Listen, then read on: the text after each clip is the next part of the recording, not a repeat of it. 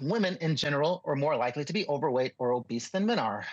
Women are about 20% more likely to be classified as overweight, twice as likely to be classified as morbidly obese. And so I think part of the reason we're seeing this rise in cancers amongst women is we're seeing more obesity amongst women. Now, when you think about these 13 cancers that are weight related, of course, there are cancers that can affect men and women, but because women tend to be a little bit heavier, they're going to be affected more by these cancers. But then with some of these cancers, they are cancers that are specific to women. We're talking about breast cancer, ovarian cancer, uterine cancer. And so because of this, I think this is one of the things that's playing a role. I think the fact that women are also waiting longer to have kids may be playing a role as well. Well, not just women, men and women are waiting, but waiting longer for men, it doesn't affect their cancer risk. For women, oddly enough, it does. Waiting longer to have a child, especially if you're 30 or older, can increase the risk of breast cancer, again, potentially ovarian and uterine cancer. And so I think that's playing a role. And then lastly, this is just what the study shows, women aren't exercising as much. And we know that exercise can also decrease your cancer risk. And again, the study shows that men are about 20% more likely to have a regular exercise routine. So I think it's multifactorial, but these are at least some of the causes, I would say. That is fascinating. Okay, so there is some good news here. Finding cancer mortality rates, they continue to decline. Dr. I, what actions can women take to reduce their cancer risks? Well, first of all, like Dr. J was saying, because a lot of cancers can be lifestyle related, just changing lifestyle, right? So exercising on a more regular basis, that plays a role. Also, diet plays a huge role. A lot of cancers are related to poor lifestyle, lack of exercise, as well as certain conditions that are related to poor diet. So eating less fat, eating a healthier diet, being more active, that all plays a role. But also screening plays a role, because it's not that cancer is less often of being diagnosed, it's that we're catching it earlier. So go for those screenings. Start your mammograms when you hit 40. Get your pap smears on a regular basis, anywhere from every year to every 3 years, depending on who you're listening to. Get that colonoscopy. Go for your screenings. Those are the main things you can do. Change your lifestyle, but see your doctor, get those screening tests done on time, regularly. All right, that's always good advice. Dr. J, I want to turn to the health concern you mentioned a moment ago, a huge problem in our country, obesity. There's a new report that says the term obese could be flawed.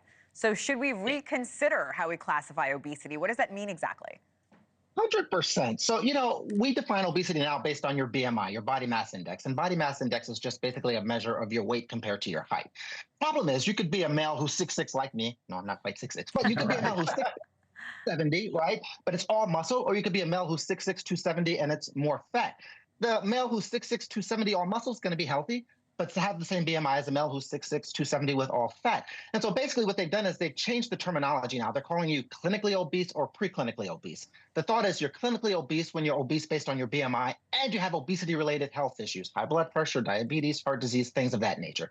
Whereas you're pre-clinically obese if you have a BMI that puts you in the obesity category, but you don't have any obesity-related issues. And I think in reality, what this is doing is it's going to force us to look at weight differently. Rather than looking at the number, we're going to look at the body fat composition, because at the end of the day, it's really your body fat composition that tells us whether or not your weight is a healthy weight or not a healthy weight. Dr. J, I want to switch gears here. This is a new study. It's pretty alarming, suggesting cases of dementia in the U.S. are projected to double by 2060. What factors are playing into this? Well, when it comes to... Oh, sorry, go ahead.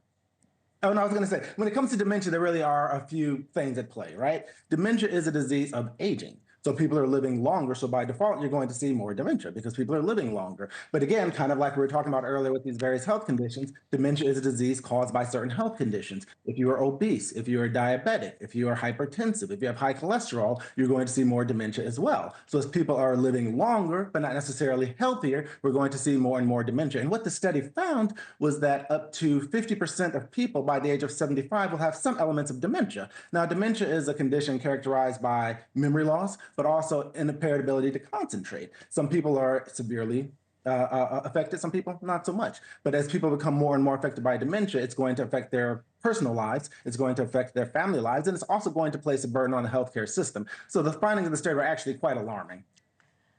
Okay, I am running out of time. I want to get this question in. My team is going to yell at me very quickly in 20 seconds, Dr. Ive. We can do this. There is a study published this week saying red meat could be linked to dementia.